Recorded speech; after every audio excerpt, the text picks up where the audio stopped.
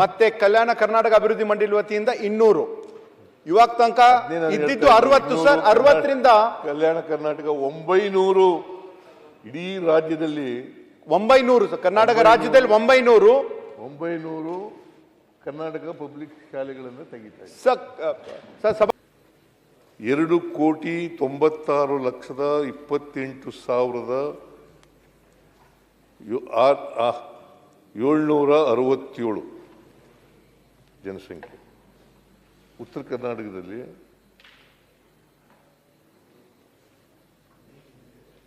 2,96,767 28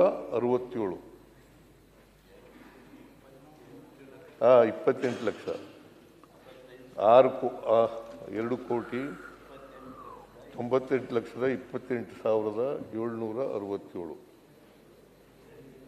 ಇಷ್ಟು ಜನಸಂಖ್ಯೆ ಇದೆ. ಇನ್ನು ಉಳಿದ ಸುಮಾರು 4 ಕೋಟಿ ಜನ ದಕ್ಷಿಣ ಕರ್ನಾಟಕದಲ್ಲಿ ಇದ್ದಾರೆ.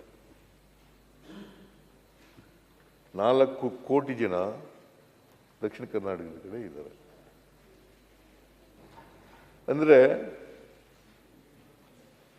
ಈ 6,95,00,000 ಜನಸಂಖ್ಯೆ ಇರ್ತಕ್ಕಂಥದ್ದು ಉತ್ತರ ಕರ್ನಾಟಕದ ಕಡೆ 42% ಮಾತ್ರ.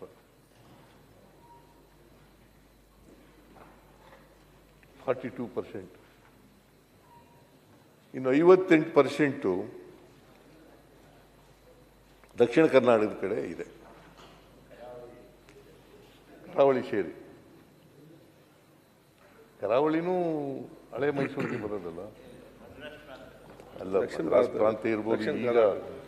ಈಗ ಮೈಸೂರು ಡಿವಿಷನ್ಗೆ ಎಲ್ಲಿ ಬರ್ತದೆ? ಯಾವ ಊರು ಬರ್ತದೆ ಮೈಸೂರು ಡಿವಿಷನ್? ಮೈಸೂರು ಡಿವಿಷನ್ಗೆ ಯಾವ್ಯಾವ ಊರುಗಳು ಬರ್ತವೆ? ಉಡುಪಿ ಮಂಗಳೂರು ಎಲ್ಲ ಬರೋದು ಅಲ್ಲೇ ಇರ್ತಾನೆ.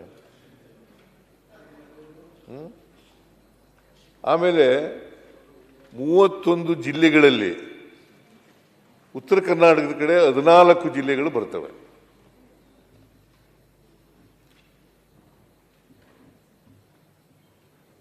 ಇನ್ನೂರ24 ಕಾನ್ಸ್ಟಿಟ್ಯೂನ್ಸಿಗಳಲ್ಲಿ 97 ಕಾನ್ಸ್ಟಿಟ್ಯೂನ್ಸಿಗಳು ಉತ್ತರ ಕರ್ನಾಟಕದ ಕಡೆ ಬರ್ತವೆ. ಇದ್ರ ಕಲ್ಯಾಣ ಕರ್ನಾಟಕ ಮತ್ತು ಕಿತ್ತೂರು ಕರ್ನಾಟಕ ಈ ಎರಡೂ ಭಾಗಗಳಲ್ಲಿ ಮುಂಬೈ ಕರ್ನಾಟಕ ಅಂತ ಕರಿತೀವಿ, ಹೈದರಾಬಾದ್ ಕರ್ನಾಟಕ, ಬಳ್ಳಾರಿ ಅಫ್ಕೋರ್ಸ್ ಮದ್ರಾಸ್ ಪ್ರೆಸಿಡೆನ್ಸಿನಲ್ಲಿತ್ತು, ಆಮೇಲೆ ಮಂಗಳೂರು ಉಡುಪಿ ಮಂಗಳೂರಿನಲ್ಲಿತ್ತು. ಆಮೇಲೆ ಏಕೀಕರಣ ಆದಮೇಲೆ ಅವೆಲ್ಲ ನಮ್ಮ ರಾಜ್ಯಕ್ಕೆ ಸೇರ್ಕೊಂಡಿದ್ದು. ಈಗ ಅಖಿಲ ಕರ್ನಾಟಕ ಎಲ್ಲರೂ ಸೇರ್ಕೊಂಡಿರೋ 31 ಜಿಲ್ಲೆಗಳು ನಾವು ಇದ್ದೀವಿ ಏಕೀಕರಣ ಆದಮೇಲೆ. ಏಕೀಕರಣ ಅಂತ ನಾವು ಕರೆಯೋದು, ನೀವು ಏಕೀಕೃತ ಆಯಿತು, ಎರಡೂ ಒಂದೇ. ಏಕೀಕೃತ ಅಂದರೂ ಒಂದೇ, ಏಕೀಕರಣ ಅಂದರೂ ಒಂದೇ. ಏಕೀಕರಣ ಆಯಿತು, ಆಮೇಲೆ ಏಕೀಕೃತ ಆದದ್ದು.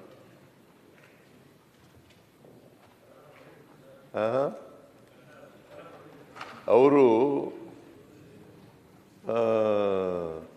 ಯಾವಾಗಲೂ ಕೂಡ ಉತ್ತರ ಕರ್ನಾಟಕದ ಬಗ್ಗೆ ಹೆಚ್ಚು ಮಾತಾಡ್ತಾರೆ. ದಕ್ಷಿಣ ಕರ್ನಾಟಕದ ಬಗ್ಗೆ ಮಾತಾಡಲ್ಲ ಅಂತಲ್ಲ, ಉತ್ತರ ಕರ್ನಾಟಕದ ಬಗ್ಗೆ ಹೆಚ್ಚು ಮಾತಾಡ್ತಾರೆ. ಅದರಿಂದ ಅವರು ಮಂಗಳೂರು ಉಡುಪಿನೂ ಸೇರಿದೆಯಾ, ಕರಾವಳಿ ಪ್ರದೇಶನೂ ಸೇರಿದೆಯಾ ಅಂತ ಕೇಳ್ತಾ ಇದ್ದಾರೆ. ಕರಾವಳಿನೂ ಸೇರ್ಕೊಂಡಿದೆ. 4 ಕೋಟಿ ಜನಸಂಖ್ಯೆಯಲ್ಲಿ ಕರಾವಳಿನೂ ಸೇರ್ಕೊಂಡಿದೆ.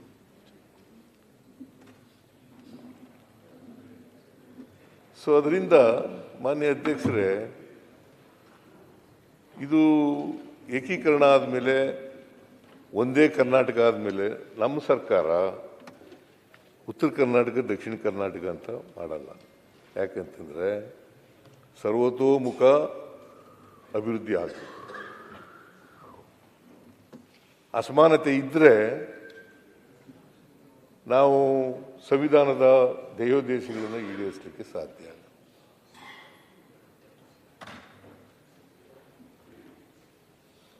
ಅಸಮಾನತೆ ಹೋಗದೇನೆ ಸ್ವಾತಂತ್ರ್ಯ ಬಂದದಕ್ಕೆ ಸಾರ್ಥಕ ಆಗಲ್ಲ. ಅಸಮಾನತೆ ಹೋಗಲೇಬೇಕು.